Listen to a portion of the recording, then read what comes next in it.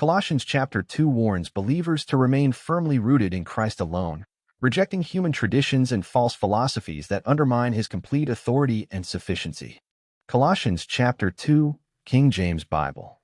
For I would that ye knew what great conflict I have for you, and for them at Laodicea, and for as many as have not seen my face in the flesh, that their hearts might be comforted, being knit together in love, and unto all riches of the full assurance of understanding, to the acknowledgement of the mystery of God, and of the Father, and of Christ, in whom are hid all the treasures of wisdom and knowledge. And this I say, lest any man should beguile you with enticing words. For though I be absent in the flesh, yet am I with you in the Spirit, joying and beholding your order, and the steadfastness of your faith in Christ. As ye have therefore received Christ Jesus the Lord, so walk ye in him, rooted and built up in him, and established in the faith, as ye have been taught, abounding therein with thanksgiving. Beware lest any man spoil you through philosophy and vain deceit, after the tradition of men, after the rudiments of the world, and not after Christ. For in him dwelleth all the fullness of the Godhead bodily.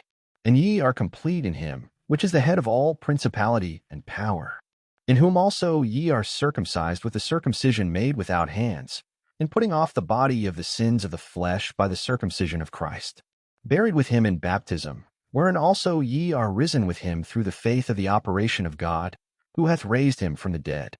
And you, being dead in your sins and the uncircumcision of your flesh, hath he quickened together with him, having forgiven you all trespasses, blotting out the handwriting of ordinances that was against us, which was contrary to us, and took it out of the way, nailing it to his cross. And having spoiled principalities and powers, he made a shew of them openly, triumphing over them in it.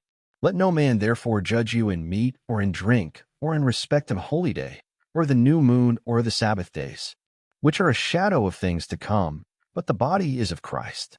Let no man beguile you of your reward in a voluntary humility and worshipping of angels, intruding into those things which he hath not seen, vainly puffed up by his fleshly mind, and not holding the head, from which all the body by joints and bands having nourishment ministered, and knit together, increaseth with the increase of God. Wherefore, if ye be dead with Christ from the rudiments of the world, why, as though living in the world, are ye subject to ordinances? Touch not, taste not, handle not, which all are to perish with the using, after the commandments and doctrines of men, which things have indeed a shew of wisdom, and will worship and humility, and neglecting of the body, not in any honor to the satisfying of the flesh. Commentary and historical note. Biblical insight. This chapter delivers a powerful warning. Do not be deceived by human philosophy or religious legalism. True wisdom and completeness are found only in Christ. As Scripture teaches, in him dwelleth all the fullness of the Godhead bodily, affirming Christ's full divinity and authority. The passage also emphasizes freedom in Christ. Believers are no longer bound by ceremonial laws or man-made rules, but are made alive through his sacrifice. This reflects the biblical principle of liberty, freedom not to sin, but to live rightly under God's authority. John 8, verse 36. Historical context. Written by the Apostle Paul during his imprisonment in Rome around AD 60 to 62. This letter addressed false teachings infiltrating the church at Colossus. These included early forms of Gnosticism, which elevated secret knowledge, and legalistic practices that added human rules to God's truth. This mirrors challenges seen in governance and society. Just as Paul warned against adding human authority over divine truth, America's founders rejected tyranny and rooted law in God-given rights. The Constitution reflects this principle of limited authority. Human institutions must not replace or override God's truth. Practical application. Stay rooted in Christ, not cultural trends or intellectual pride. Reject legalism and false teachings that add to or distort Scripture.